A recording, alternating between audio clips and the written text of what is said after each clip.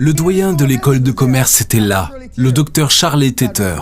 Dieu ait son âme, et lui ont posé cette même question. Elle leur a répondu, « Oui, je connais Daniel depuis fort longtemps. La seule chose qui a changé avec Danny Pena, c'est que ses réussites ont fini par se conformer à ce qu'il raconte avec sa grande gueule. Mais l'animosité à mon égard s'était développée pendant 25 ou 30 ans, car à chaque fois que je disais au docteur Teeter que j'allais faire quelque chose, je le faisais. J'ai créé plus de richesses au sein de l'association des anciens élèves de l'université que celle qui a été créée depuis le jour où cette école s'est ouverte. Mais je ne suis pas le messager que vous auriez choisi. Michael m'a fait venir ici pour une raison.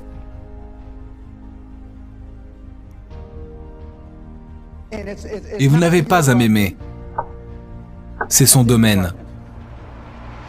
Vous n'avez même pas à m'apprécier. C'est son domaine. Si je peux faire changer 5, 10, 6 ou 8 ou 3 personnes dans le public pour qu'elles aillent créer de la richesse pour la passer à la génération suivante afin qu'elles changent le monde et en fassent un endroit meilleur, alors j'aurai réussi. Mais la plupart d'entre vous ne le feront pas parce que vous ne voulez pas faire les sacrifices que j'ai faits. Et tout comme la liberté n'est pas gratuite, et je suis un vétéran, eh bien la richesse n'est pas gratuite non plus. Et le bien que vous pouvez faire avec cette richesse n'est pas gratuit. Nous sommes maintenant à l'aise avec l'inconfort. Et la différence avec les personnes très performantes dont je vais vous parler dans les prochaines minutes, c'est qu'elles ont vécu une vie en cherchant constamment à étendre leur zone de confort. Les personnes qui ne l'ont pas fait mènent désormais une vie inconfortable. Ça, c'est vous avec le grand nez, d'accord. Vous écrivez vos objectifs. Donnez-moi le bénéfice du doute que vous écrivez vos objectifs. Ok. Maintenant, vous devez aller atteindre le niveau de vos proches. Certains d'entre vous n'arriveront jamais à atteindre le niveau de leurs proches. Ensuite, vous devez vous mettre au niveau de vos amis. Montre-moi tes amis et je te montrerai ton avenir. D'accord. Tu traînes au pub en rôtant et en pétant. Tu regardes les matchs de football d'il y a 10 ans sur ce satané écran. Au fait, Sally et moi sommes allés dans un bar sportif il y a quelques années. Et il y avait environ 30 à 40 grands écrans de télévision avec des événements sportifs. Vous savez, et Sally a dit en montrant 2 boxeurs. Ces types ne sont pas morts maintenant ? Pourquoi les gens viennent-ils ici ? Une très bonne question. Et c'était Pele. Quelle est la dernière fois qu'il a tapé dans un ballon de football ? Et Mariano ? De toute façon, ces gens que vous voyez dans les bars sportifs, ce sont vos amis, plus seulement des pessimistes de service. Et puis, il y a votre propre culpabilité. Est-ce que je mérite d'être riche au-delà de toute mesure ? Et puis, il y a la peur, de faux espoirs qui semblent réels. Et puis, il y a cette société dans son ensemble qui veut vous maintenir au ras des pâquerettes. Et c'est pourquoi vous n'atteignez pas ce que vous, je le crois de tout mon cœur, étiez censé atteindre. Nous sommes ici pour être tout ce que nous pouvons être, pas seulement une fraction.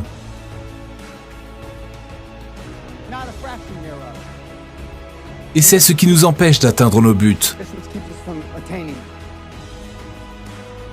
Et selon moi, notre véritable destin, et vous n'aimez peut-être pas la façon dont je le dis, mais vous pouvez y aller, vous pouvez vérifier. 99,99% de ce que je dis est la vérité absolue et exacte. Je pourrais le dire de manière très différente. Je pourrais le dire de manière beaucoup plus gentille. Je pourrais le dire de manière insipide. Mais le privilège que j'ai eu d'être entouré de personnes très performantes est qu'elles ne sont pas insipides. Il n'y a jamais de moment facile pour prendre une décision difficile.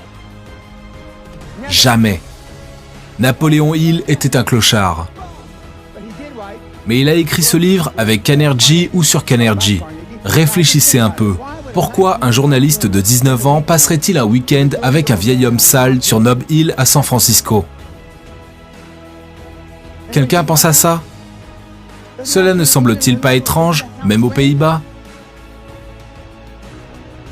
Bon. Alors il a engagé Napoléon Hill pour trouver une idée pour vendre des assurances vie. C'était censé être une théorie, et la raison pour laquelle je sais cela, c'est uniquement parce que W. Clement Donne me l'a confirmé cette année. J'essayais d'avoir une réunion avec lui, il n'arrêtait pas de tomber malade, puis sa maison a brûlé à Chicago et je n'ai jamais pu le rencontrer en personne.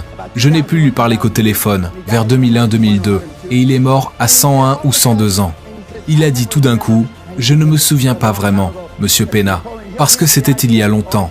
Napoléon Hill a eu l'idée, ou j'en ai eu l'idée, mais nous avons besoin de quelque chose qui ne peut être mesuré. » Et ils ont réfléchi, et réfléchi, et réfléchi, et réfléchi. Le développement personnel. On ne peut pas mesurer le développement personnel. C'est la plus grande escroquerie qui n'ait jamais existé.